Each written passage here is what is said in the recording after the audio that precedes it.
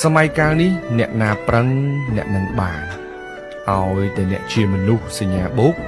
តិចឬច្រើនជីវិតអ្នកនឹងធូរធារល្អប្រសើរ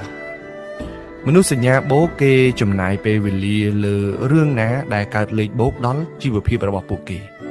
មនុស្សមានផ្នត់គំនិតសញ្ញាបូកគេអត់សូន្យសានច្រើនទេការងារណាក៏ដោយឲ្យតែកើតជាចំណូលលេខបូកដល់ជីវភាពរបស់គេពួកគេនឹងចំណាយពេលវេលាធ្វើវាភ្លាមដោយអត់មានរុញរាទេមនុស្សចម្ពោះនេះគឺអត់ចេះខ្មាស់អៀនទេ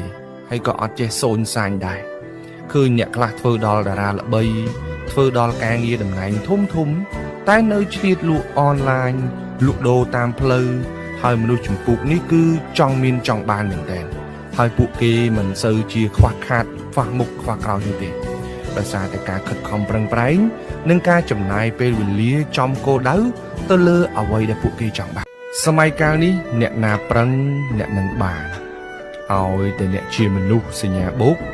តិចឬច្រើនជីវិតអ្នកនឹងធូរធារល្អប្រសើរមនុស្សសញ្ញាបូកគេចំណាយពេលវេលាលើរឿងណាដែលកើតលេខបូកដល់ជីវភាពរបស់ពួកគេមនុស្សមានផ្នត់គំនិតសញ្ញាបូកគេអត់សូន្យសានច្រើនទេការងារណាក៏ដោយឲ្យតែកើតជាចំណូលលេខបូកដល់ជីវភាពរបស់គេ